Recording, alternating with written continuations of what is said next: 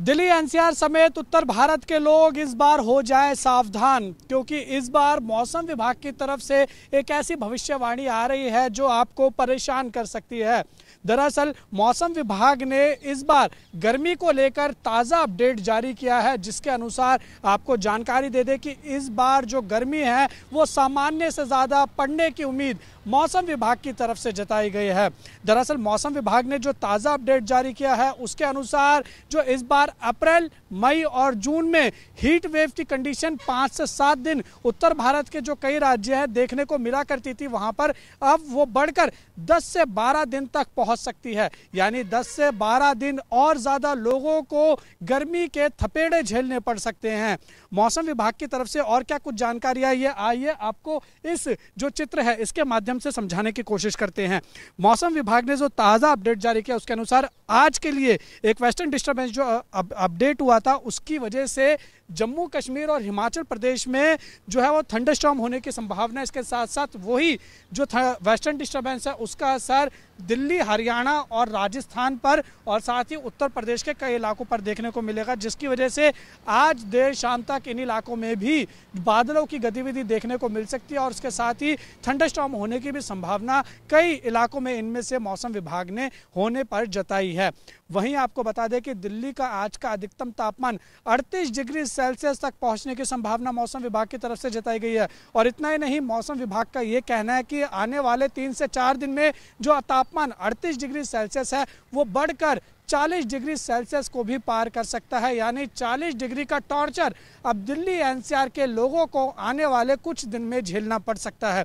और अगर आप यहाँ पर मैप पे देख रहे हैं तो आपको बता दें कि जो महाराष्ट्र है, महाराष्ट्र के साथ मध्य प्रदेश, उड़ीसा, ये वो इलाके हैं जहां पर इस बार जो मौसम है इस बार के सीज़न में अधिक गर्मी पड़ने की संभावना जताई है। और उन्हीं में से जो है दिल्ली भी एक मौसम विभाग ने बताया है और साथ ही राजस्थान में भी जो है वो ज़्यादा गर्मी पड़ेगी अब अगले 2 से 3 दिन में। और सिर्फ इतना ही नहीं बल्कि मौसम विभाग ने पहाड़ों को लेकर भी पूर्वानुमान जारी किया है। मौसम विभाग का कहना है कि इस बार गर्मी इतनी ज़्यादा पड़ेगी कि जो लोग पहाड़ों पर रह रहे हैं उनको भी गर्मी का ज़्यादा सामना करना पड़ सकता है। वीडियो जर्नलिस्ट बलदेव के साथ उज्जवल कुमार, JK 24/7 न्यूज़, दिल्ली।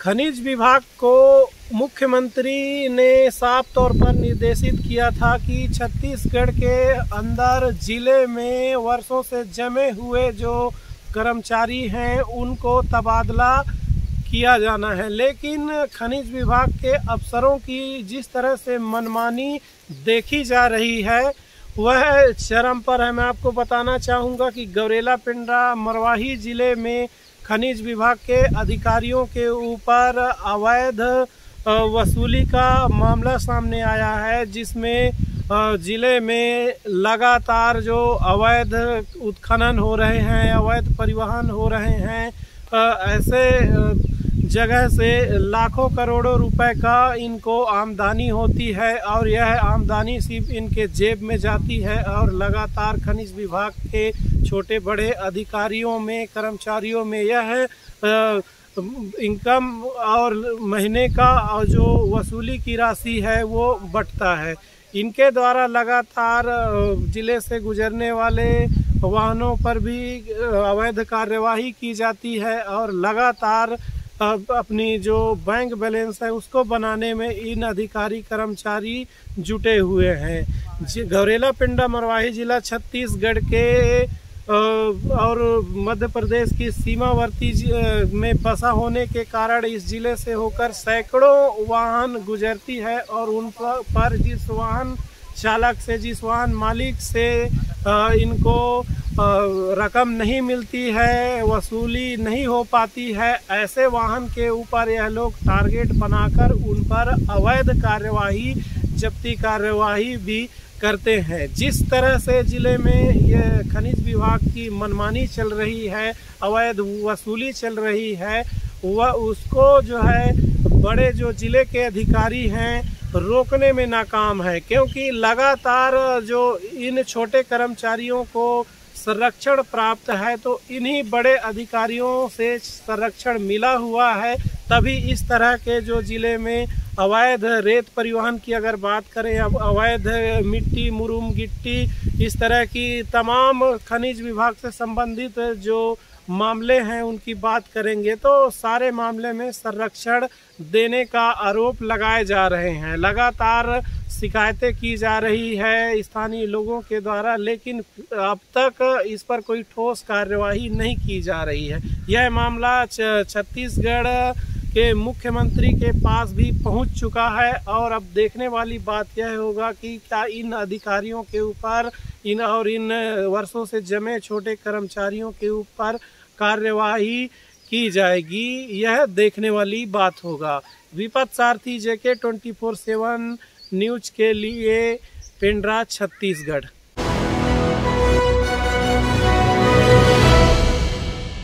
नमस्कार, आप देख रहे हैं हमारा खास कार्यक्रम सिटी रिपोर्टर। में हूं धनराज गर्ग, राजधानी देहरादून से, और बात करेंगे उत्तराखंड की जो तमाम तरह की जो यात्राएं होती हैं उसके लिए कहीं ना कहीं यातायात विभाग अब सख्त होता हुआ नज़र आ रहा है, क्योंकि तमाम जो तैयारियां हैं, चाहे हम चार धाम यात्रा की बात करें या फिर कावड़ मेले की बात करें या फिर 2027 में होने वाले कुंभ मेले की बात करें, उसको लेकर जो तैयारियां हैं वो अभी से ही कहीं ना कहीं परखनी शुरू कर दी गई हैं। क्योंकि यातायात के जो निदेशक हैं नपच्याल, उन्होंने साफ तौर पर एक बैठक हरिद्वार के अंदर ली, और हरिद्वार में जो बैठक ली है उसमें सभी अधिकारी मौजूद रहे, SSP उसमें मौजूद रहे, और इसके साथ ही जो राजपत्रित अधिकारी हैं वो उस बैठक में मौजूद रहे। और नपच्याल ने कहीं ना कहीं सभी जो व्यवस्थाएं हैं सभी व्यवस्थाओं को जांचा है, क्योंकि हरिद्वार एक ऐसा केंद्र है कि जहाँ पर तमाम जो यात्राएँ शुरू होती है, चाहे हम चार धाम यात्रा की बात करें वो हरिद्वार से शुरू होती है, यानी कि हरिद्वार से ही होकर कहीं ना कहीं चार धाम को यात्री जाते हैं। और इसके साथ यदि हम कुंभ मेले की बात करें, क्योंकि 2027 में कुंभ मेला हरिद्वार के अंदर होना है,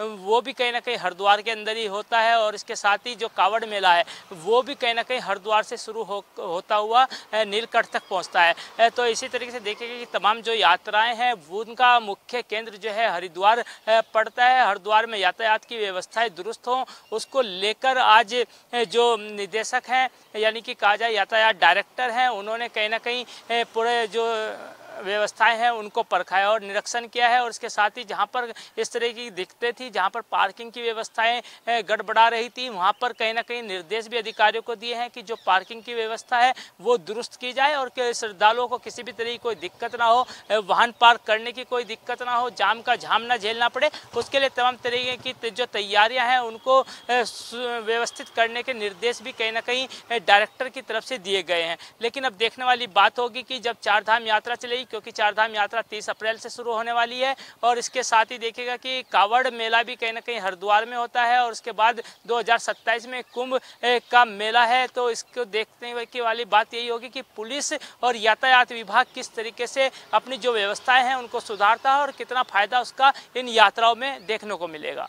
कैमरामैन वीरेंद्र थपलियाल के साथ धनराज गर्ग, JK 24/7 न्यूज़, देहरादून। नमस्कार, स्वागत है आपका हमारे खास कार्यक्रम सिटी रिपोर्टर में। और पीलीभीत की बड़ी खबर को लेकर के मैं हूं आपके साथ ऋतिक द्विवेदी। लोकसभा में वक्त संशोधन बिल पेश होने को लेकर पीलीभीत में पुलिस और प्रशासन अलर्ट मोड पर दिखाई दिया है। संवेदनशील इलाकों में पुलिस और PAC की भी तैनाती की गई। इसके साथ ही अफसर भी विमर्शशील रहे हैं। साथ ही सोशल मीडिया पर भी निगरानी रखी गई। वक्फ रजिस्टर के अनुसार पीलीभीत जिले में वक्त की 1182 संपत्तियां हैं। इनमें सदर और अमरिया तहसील क्षेत्र में सबसे ज्यादा हैं। हालांकि वामसी पोर्टल पर इन संपत्तियों की संख्या अधिक है, लेकिन भौतिक सर्वे और सत्यापन में पोर्टल पर दर्ज कई संपत्तियां अभी नहीं मिल सकी हैं। दरअसल शासन के निर्देश पर कुछ समय पहले वक्फ रजिस्टर दफा 37 और वामसी पोर्टल पर पीलीभीत जिले की वक्फ संपत्ति का सर्वे और सत्यापन कराया गया था। इसको लेकर लेखपालों की टीम भी लगाई गई थी। लेखपालों ने इन संपत्तियों की जांच की, जिसमें वामसी पोर्टल पर जिले में 2575 वक्फ संपत्तियां दर्ज मिली। हालांकि भौतिक सत्यापन में करीब 1000 संपत्तियां नहीं मिल सकी हैं। वहीं वक्फ रजिस्टर के अनुसार जिले में 1182 वक्फ संपत्तियां हैं। अल्पसंख्यक विभाग की ओर से इन संपत्तियों की जांच कराई गई है, जिसमें सभी संपत्तियां रिकॉर्ड में दर्ज पाई गई हैं। जिनमें मस्जिद और अन्य संपत्तियां भी शामिल हैं। वक्फ रजिस्टर के अनुसार सदर और अमरिया तहसील क्षेत्र में 814 संपत्तियां हैं। बीसलपुर तहसील क्षेत्र में 196 और पूरनपुर व कलीनगर तहसील क्षेत्र में वक्फ संपत्तियों की संख्या 172 है। वहीं वामसी पोर्टल पर अमरिया और सदर तहसील क्षेत्र में संख्या 816 है। बीसलपुर में 82 संपत्तियां हैं। पूरनपुर और कलीनगर क्षेत्र में इनकी संपत्तियां 677 है। वीडियो जर्नलिस्ट कपिल गुप्ता के साथ मैं Hrithik Dwivedi, JK 24x7 news Pilibhit.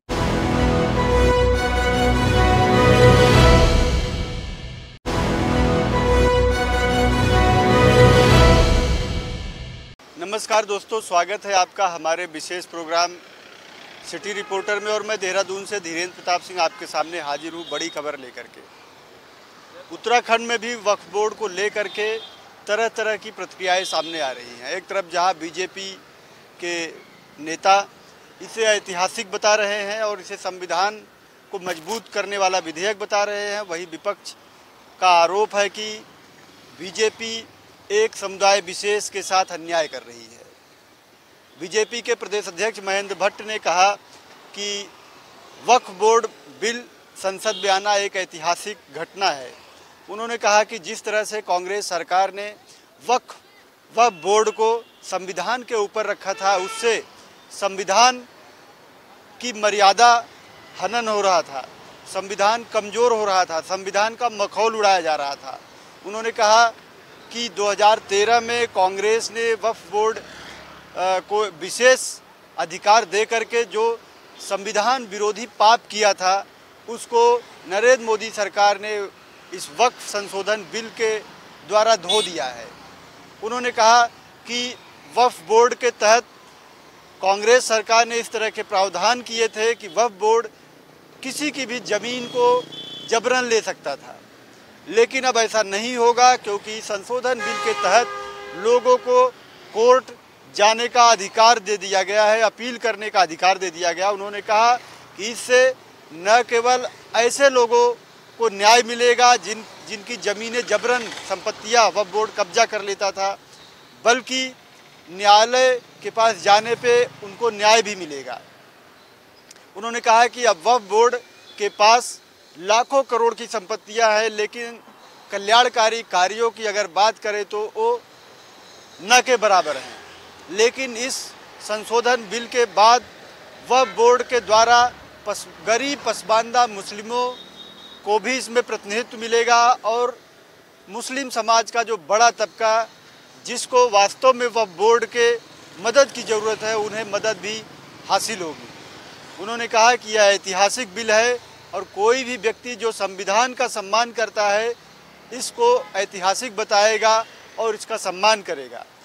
उन्होंने कहा कि नरेंद्र मोदी सरकार ने करोड़ों ऐसे मुस्लिमों की पीड़ाओं को महसूस किया जो कि वक्फ बोर्ड की ज्यादती का शिकार थे। उनको न्याय मिलेगा और इस कानून के आने से निश्चित रूप से वक्फ बोर्ड बनाने का जो लक्ष्य रहा होगा वो भी पूरा होगा। कैमरा सहयोगी वीरेंद्र थपलियाल के साथ JK 24/7 के लिए देहरादून से धीरेन्द्र प्रताप सिंह।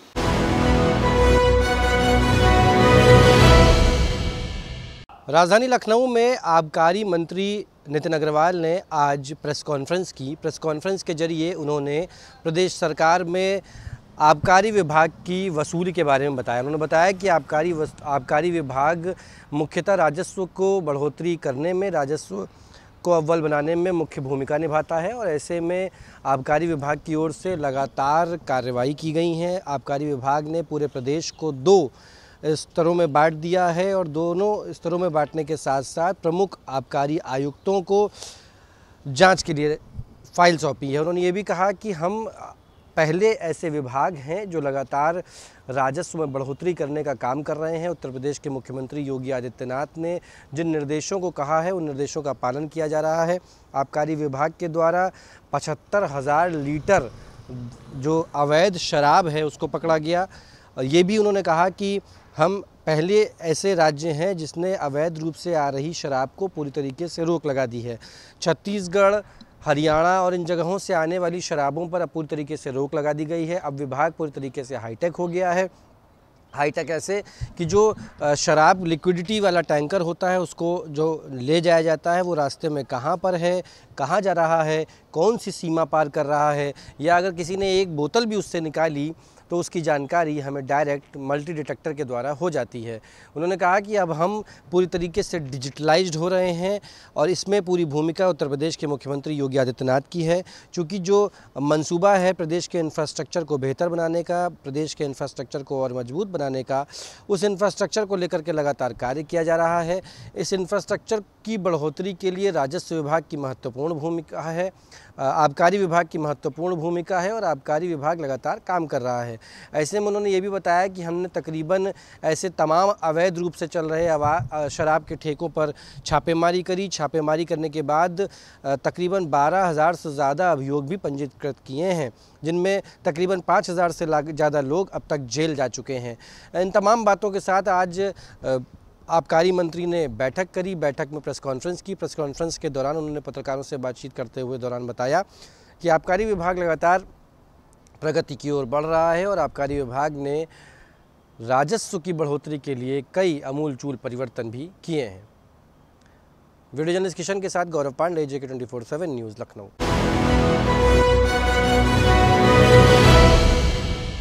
वक्फ बिल को लेकर जिस तरह से एहतियात के तौर पे उत्तर प्रदेश में अलर्ट है, आज भी कहीं ना कहीं तमाम जो अति संवेदनशील ज़िले हैं वहाँ पर विशेष चौकसी और अलर्ट के निर्देश हैं। आप चाहे बात करें पश्चिमी उत्तर प्रदेश की, चाहे संभल की करें, शामली करें, बागपत की करें या बुलंदशहर की करें या पूर्वांचल की बात करें, जो गोरखपुर के आसपास के जो ज़िले हैं जो नेपाल से सटे हैं, वहाँ भी ऐसे में एहतियात के तौर पर सतर्कता बरती जा रही है।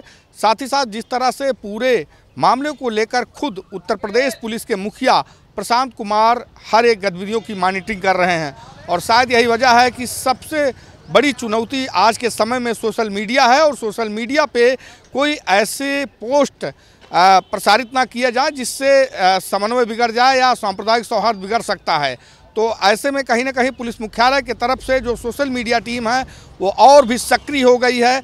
हर एक पोस्ट की निगरानी सोशल मीडिया के द्वारा की जा रही है, क्योंकि प्रायः देखा गया है कि तमाम ऐसे पोस्ट हो जाते हैं जिससे धार्मिक उन्माद फैलने का भय होता है। तो पुलिस भी पूरी तरह से सतर्क है और सोशल मीडिया से लेकर हर एक बात की मॉनिटरिंग खुद सुरक्षा एजेंसियां कर रही हैं, ताकि ऐसे में कहीं भी माहौल बिगाड़ने की कोशिश करने वालों की शिनाख्त हो जाए और उनको कार्रवाई के जद में लाया जाए। बहरहाल राजनीतिक पार्टियां हों या आम आदमी, सब पे कहीं ना कहीं पुलिस की पैनी निगाहें हैं, चाहे वो सोशल मीडिया प्लेटफॉर्म हो या सद्भावना को लेकर कहीं कोई आयोजन।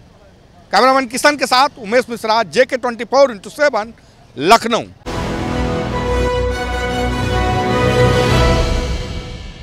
नमस्कार, मैं देव प्रकाश, आप देख रहे हैं सिटी रिपोर्टर। लोक आस्था का महापर्व चैती छठ का आज तीसरे दिन का व्रत है। आज के दिन पूरे बिहार में जो महिलाएं व्रत करती हैं वो घाटों पर जाकर डूबते हुए सूर्य भगवान को अर्घ्य देती हैं।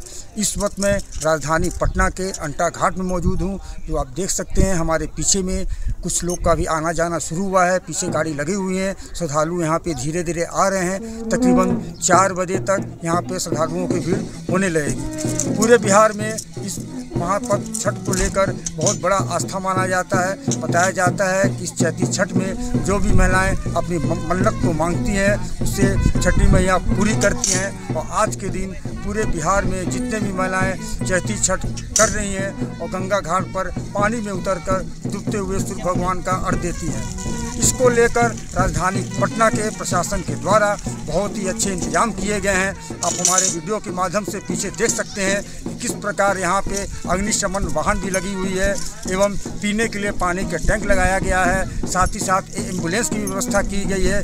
कोई भी अप्रिय घटना घटती है इसके लिए एम्बुलेंस भी है। किसी भी श्रद्धालुओं को किसी भी प्रकार का कठिनाइयों का सामना नहीं करना पड़े इसके लिए पानी का टैंक भी लगाया गया है। पूरे बिहार में ये पर्व बहुत ही धूमधाम से मनाया जा रहा है और ये आज चैती छठ का तीसरे दिन का पर्व है। आज के दिन यहाँ पे महिलाएं आएंगी और डूबते हुए सूर्य भगवान को अर्घ्य देंगी। साथ ही साथ जो महिलाएं यहाँ पर काफ़ी दूर से आई हैं, खासकर पटना जिला के अगल बगल रहने वाली हैं। उनको रहने के लिए यहाँ कैंप भी लगाए गए हैं कि जो महिला यहाँ शाम को सूर्य भगवान डूबते सूर्य भगवान को अर्घ देंगी वो यहाँ शाम को रुक जाएंगी और कल सुबह प्रातः में सूर्योदय के टाइम में उगते हुए सूर्य भगवान को अर्घ देंगी।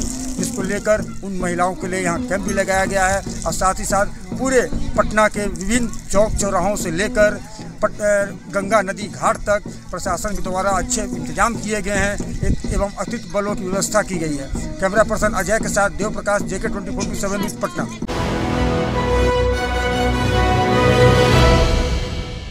मुसलमानों की इतनी चिंता पर तो मोहम्मद अली जिन्ना भी शर्मा जाते। भाजपा पर उद्धव ठाकरे का तंज।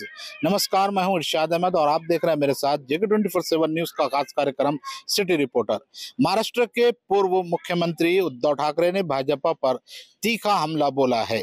उन्होंने वक्फ बिल पर भाजपा की दलीलों को लेकर कहा कि भाजपा की ये मुस्लिम चिंता इतनी ज्यादा हो गई है कि मोहम्मद अली जिन्ना भी शर्मा जाए। आखिर ये बयान क्यों दिया गया है और इस पर क्या है विपक्ष की राय, हम ये इस पर बात करते हैं। वक्फ संशोधन विधेयक को लेकर देश भर में विवाद जारी है। भाजपा इसे मुस्लिम हितैषी बता रही है, लेकिन शिवसेना यूबीटी प्रमुख उद्धव ठाकरे ने इसे भाजपा की दोहरी रणनीति करार दिया है। उनका कहना है कि अगर भाजपा मुस्लिमों के हित की बात कर रही है तो फिर हिंदुत्व से भटकने का आरोप किस पर लगाया जाए।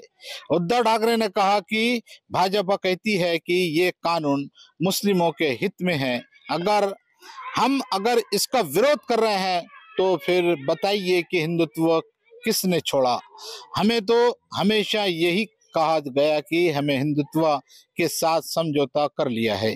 ठाकरे ने भाजपा पर कटाक्ष करते हुए ये भी कहा कि अगर भाजपा को मुसलमान इतने ही नापसंद है तो उसे अपने झंडे से हरा रंग हटा देना चाहिए। साथ ही उन्होंने ईद सेलिब्रेशन और वक्फ बिल को लेकर भाजपा के रुख पर सवाल उठाए हैं। वक्फ बिल पर मुस्लिम संगठनों की नाराजगी जाहिर है। सवाल यह है कि क्या ये वाकई मुस्लिम हित में है या इसके पीछे कोई और एजेंडा छिपा है। इस बीच मुस्लिम समुदाय भी इस बिल का विरोध कर रहा है। कई संगठनों का मानना है कि सरकार वक्फ संपत्तियों पर नियंत्रण करना चाहती है। विपक्ष भी इस मुद्दे पर भाजपा को घेरने में जुट गया है। मुसलमानों का कहना है कि हमारी वक्फ की जमीनों में सरकार क्यों टांग अड़ा रही है। जो पार्टियां मुसलमानों के वोट से सत्ता में आई है वो भी इस पर चुप्पी साधे बैठी है। तो क्या भाजपा सच में मुस्लिम हित की चिंता कर रही है या फिर इसके पीछे कोई और राजनीतिक खेल है। कैमरा पर्सन बाकिर अंसारी के साथ मैं इरशाद अहमद, JK 24/7 न्यूज, मुंबई।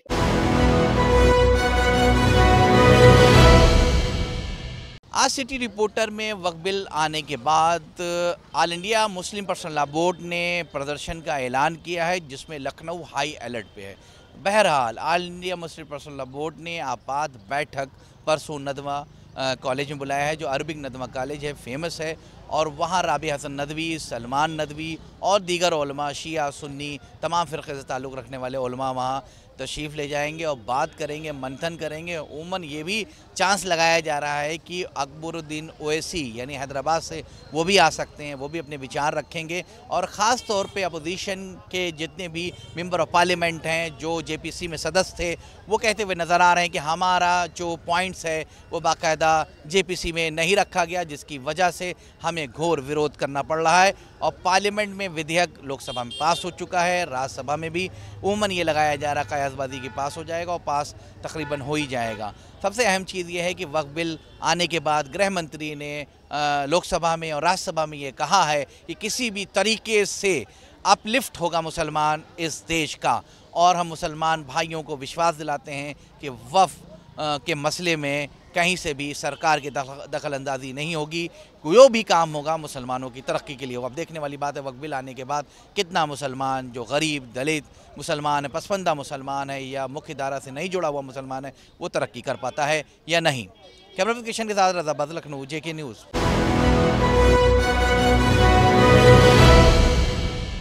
नमस्कार, आप सिटी रिपोर्टर देख रहे हैं। मैं आपके साथ ताबिश कमाल हूँ, मेरे साथ मेरे वीडियो जर्नलिस्ट साजिद भी हैं। दिल्ली में राजनीतिक माहौल पूरी तरह से गर्मा चुका है। कई दिन के विधानसभा सत्र के बाद आम आदमी पार्टी आज सड़कों पर उतरी हुई नजर आई। दिल्ली की अगर बात कर ले तो दिल्ली के अंदर राजनीतिक माहौल पूरी तरह से गर्म है।